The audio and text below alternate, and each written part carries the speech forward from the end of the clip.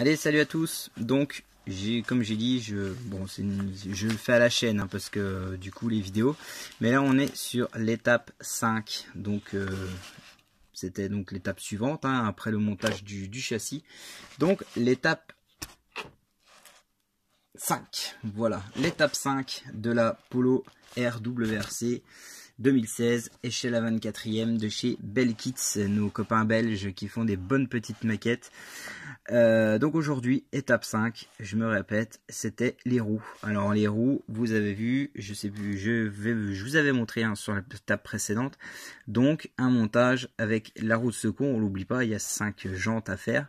5 jantes en gunmetal. Donc moi j'ai fait différemment, hein, j'ai un petit peu fait différemment, c'est que j'ai passé du noir satiné déjà sur toutes les jantes. Et ensuite je suis venu passer mon gunmetal. Alors le gunmetal, je vais vous le montrer, si j'arrive à le trouver. Allez, le voilà, je crois que c'est celui-là, ouais, gunmetal. Donc c'est de la marque MIG by Jiménez, ou Jiménez, puisque c'est espagnol. Jiménez gunmetal, voilà. Très bonne peinture, ça. Je trouve qu'elle est meilleure à utiliser et je trouve que l'effet est mieux que la Tamiya. Alors c'est que mon avis, hein, bien sûr. Hein, si vous voulez utiliser le X10, il n'y a aucun problème. Ou le TS 38. Mais moi j'ai utilisé celle-là. Je savais quelque temps que je l'ai. Celle-là, franchement, c'est une bonne peinture, donc j'aime bien. Donc voilà, elle est héros en plus, c'est au goutte par goutte dedans. Elle est déjà prête à l'emploi. Enfin, c'est nickel. C'est nickel à utiliser. Donc à passer sur un coup de... Donc j'ai passé sur le noir satiné. Ensuite je suis venu poser les décalques qui sont là. Alors ceux-là on vous les explique. Attendez, je cherche. Non, c'est pas ça. Voilà, on vient vous les expliquer ici. Voilà. Essayez de faire autofocus. C'est pas évident.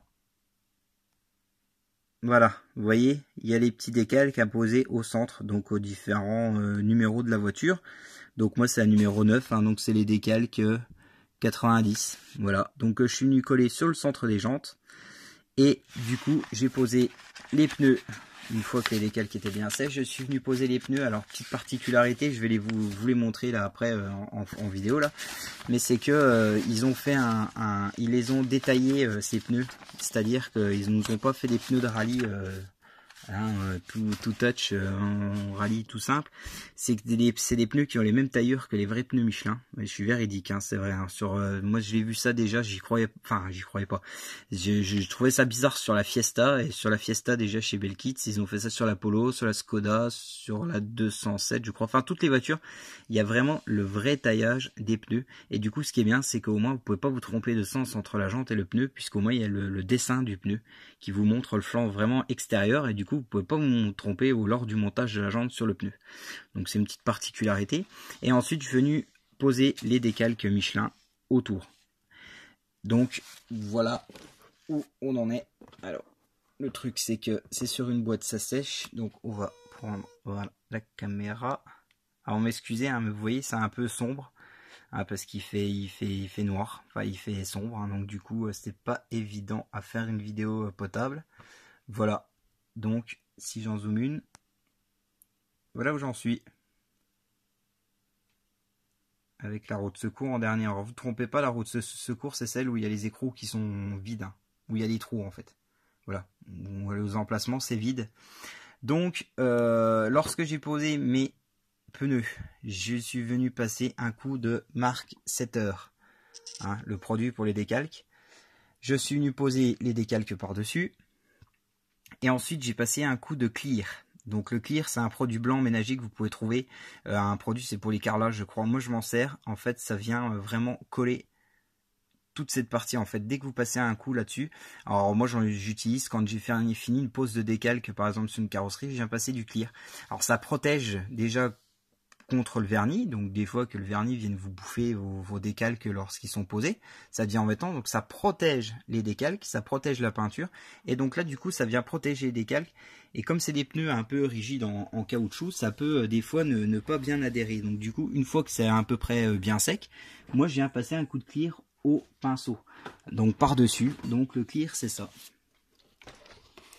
Hop là, les agrandis, voilà. C'est tout, hein. C'est de la marque Glanzer. Voilà, brillance longue durée, c'est du clear. Tout simplement. Voilà. Moi je viens utiliser ça et c'est nickel. C'est super top. Donc voilà, c'est un produit que je vous recommande. Hein. Dès que vous avez posé des calques sur quelque chose, ça peut vous faire servir de vernis en plus, parce que c'est un petit aspect satiné. Donc ça peut vous remplacer, enfin satiné, entre brillant et satiné. Donc voilà, ça, c'est franchement c'est pas mal. Vous voyez, bon, il y a un petit peu de, ouais, il y a un petit reflet hein, brillant. Mais bon, vous voyez, c'est pas plus que la jante. Et la jante est satinée. Voilà, donc du coup c'est top.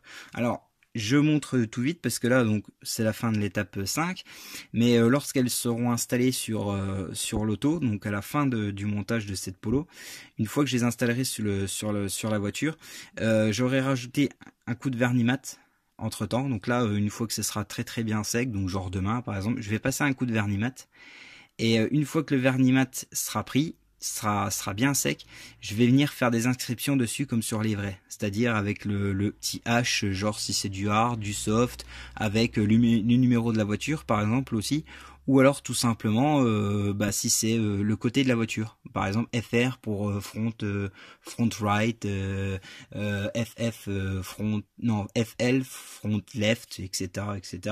Donc voilà, c'est pour amener un petit peu de réalisme au pneu. Donc je fais ça avec un crayon. Alors je vais essayer de vous le sortir.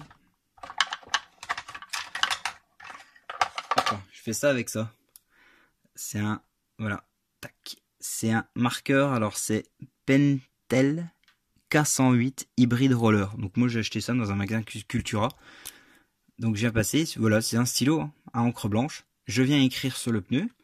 Et ça sèche et c'est nickel. Bon, j'ai déjà fait ça sur 2-3 montages et franchement ça pète. Donc voilà, c'est une petite note de réalisme, mais bon, je vous montrerai tout ça dans une autre vidéo plus tard quand ce sera fini. Voilà, donc prochaine étape, l'étape 6 que normalement j'ai déjà filmé mais qui sera téléchargé après cette étape 5, donc avec le début de la baignoire et les petites pièces qui viendront agrémenter cette baignoire. Donc voilà, et ben je vous remercie d'avoir suivi cette vidéo. Continuez à aimer, à vous abonner, vous êtes de plus en plus nombreux. Enfin, vous avez depuis que j'ai repris les vidéos là, ça augmente un petit peu et ça fait plaisir. Il y a pas mal de vues aussi, des avis, puis voilà. Pas mal de gens qui suivent sur la chaîne, la page Facebook, et continuez aussi, c'est super cool. On approche des 400 personnes. Alors bon, des fois on se dit c'est pas grand chose 400, et dire ouais le mec ça y est 400 abonnés, il est super content, mais bon non, au moins c'est bien. Il y a toujours des avis, même sur Facebook, sur des groupes, etc. Il y a toujours des bonnes notes, des bons avis, donc c'est super cool. Le travail est bien regardé et félicité, et du coup c'est cool. Voilà, donc je vous remercie beaucoup.